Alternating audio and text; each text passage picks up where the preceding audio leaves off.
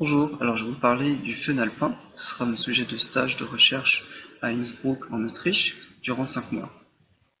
Alors par définition, le fun, qu'est-ce que c'est? C'est un vent qui est chaud et sec et qui descend le long des pentes des montagnes. Parfois il peut être vraiment violent. Alors cela peut avoir des conséquences. Par exemple sur la gauche, les rafales du fun ont balayé une forêt. Ou alors ça a des conséquences sur l'aviation civile, qui doit se tenir au courant des conditions liées au fun. Et l'air chaud et sec peut accélérer la fonte des neiges. Et donc certaines stations de ski ferment prématurément suite à un événement de fun. Et la fonte des glaciers est vraiment dépendante aussi des événements de fun. Alors voici le schéma typique de formation du fun dans les Alpes, où on a une dépression au niveau de l'Angleterre qui va engendrer un vent vers le nord au-dessus des Alpes. Alors la première théorie qui a été développée pour expliquer le fun, c'est une théorie thermodynamique qui part du principe que lorsque le vent souffle au-dessus d'une montagne, il est forcé de passer par-dessus.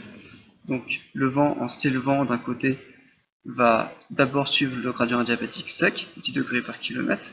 Ensuite, il atteint sa condensation, il y a formation d'un nuage, et s'il y a suffisamment de condensation d'eau, il y aura des précipitations. Et durant cette ascension, l'air suit donc le gradient adiabatique humide, qui est d'environ 5 degrés par kilomètre. Une fois que l'air s'est débarrassé de son humidité, il redescend de l'autre côté de la montagne, en suivant le gradient adiabatique sec, 10 degrés par kilomètre. Ce qui fait qu'au final, on a une différence de température entre les deux côtés de la montagne. Mais en fait, ce schéma-là, il ne correspond pas du tout à la majorité des cas de fun. Parce qu'en fait, bien souvent, on observe des événements où il n'y a même pas de précipitation en amont de la montagne. Et en plus de ça, en montagne, il y a très souvent ce qu'on appelle une couche d'inversion, où en fait le fond des vallées est rempli d'une masse d'air plus froide que l'air d'au-dessus. Alors, la théorie pour expliquer le fun dans ces conditions, c'est de considérer donc dans un premier temps la masse d'air froide qui est dans le fond de la vallée, et le vent qui passe au-dessus va générer au passage de la montagne des ondes qu'on dit orographiques. Et ces ondes orographiques vont donner naissance au niveau des crêtes à des nuages lenticulaires, comme on peut le voir dans l'image de départ de la présentation. Ça, c'est des nuages lenticulaires qui sont liés au passage du fun par-dessus la montagne. Et ces ondes orographiques vont pousser la masse d'air froide et au fur et à mesure, le fun va pouvoir se développer en repoussant la masse d'air froide de plus en plus loin. Parce qu'en fait, en condition initiale, eh bien, la masse d'air froide protège le fond de la vallée des rafales liées au fun. Mais au moment où cette masse d'air froide est repoussée et parfois disparaît complètement, eh bien, le fun peut enfin atteindre le fond de la vallée et causer des dégâts assez importants. Et pour se débarrasser de cette masse d'air froide, eh bien, il y aura d'abord un effet dynamique lié aux ondes qui vont pousser et donner un angle à la masse d'air froide en aval. Et il y aura aussi des ondes de gravité liées au cisaillement du vent sur la masse d'air froide. Et donc voilà, ça peut ressembler à ça. Donc là, on peut voir la mer de nuages en fait qui correspond à la masse d'air froide et le fun qui vient de la droite et qui passe par-dessus et qui engendre des vagues, des ondes de gravité, de la même manière que le vent engendre des vagues sur la mer.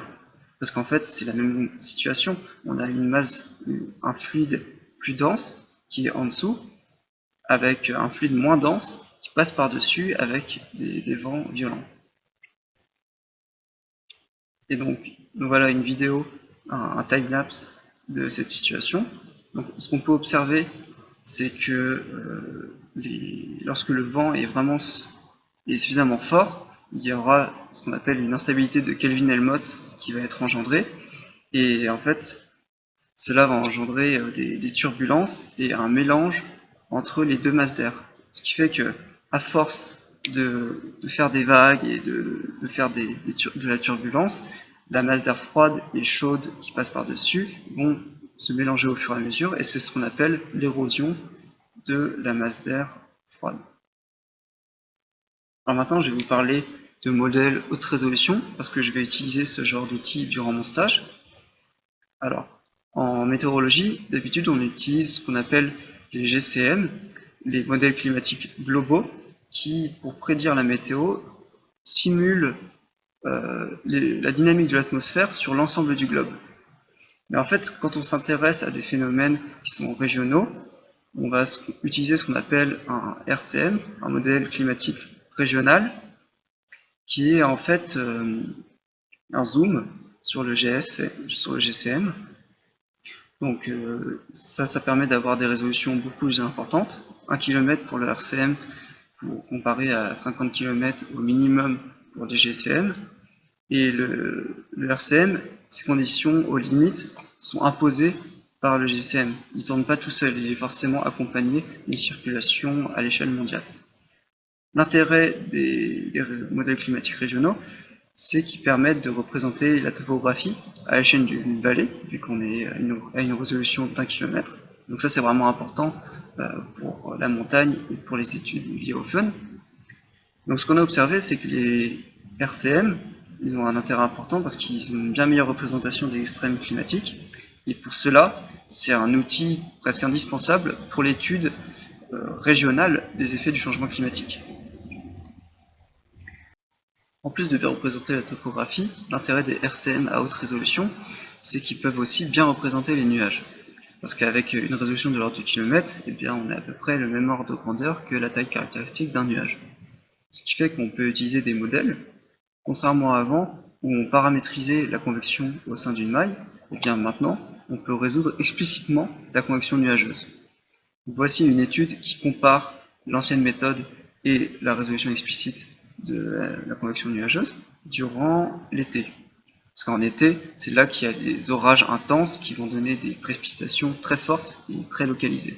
En fait, ce qu'on observe, c'est que l'ancien modèle avait tendance à moyenner les précipitations à l'échelle de la maille, alors qu'avec une résolution plus fine, on se rend compte que les précipitations sont beaucoup plus localisées et intenses qu'auparavant.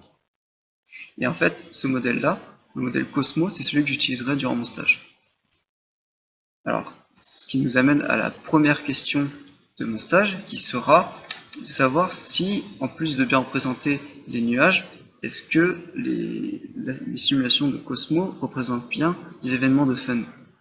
Alors pour ça, j'aurai à ma disposition une simulation de Cosmo sur la période 98-2007, et avec une résolution spatiale de 2 km 2 et une résolution temporelle de 20 secondes.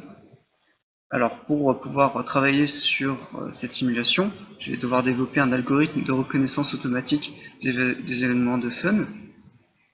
Et une fois que j'aurai fait ça, je pourrai comparer les événements dans la simulation avec des données des stations météo.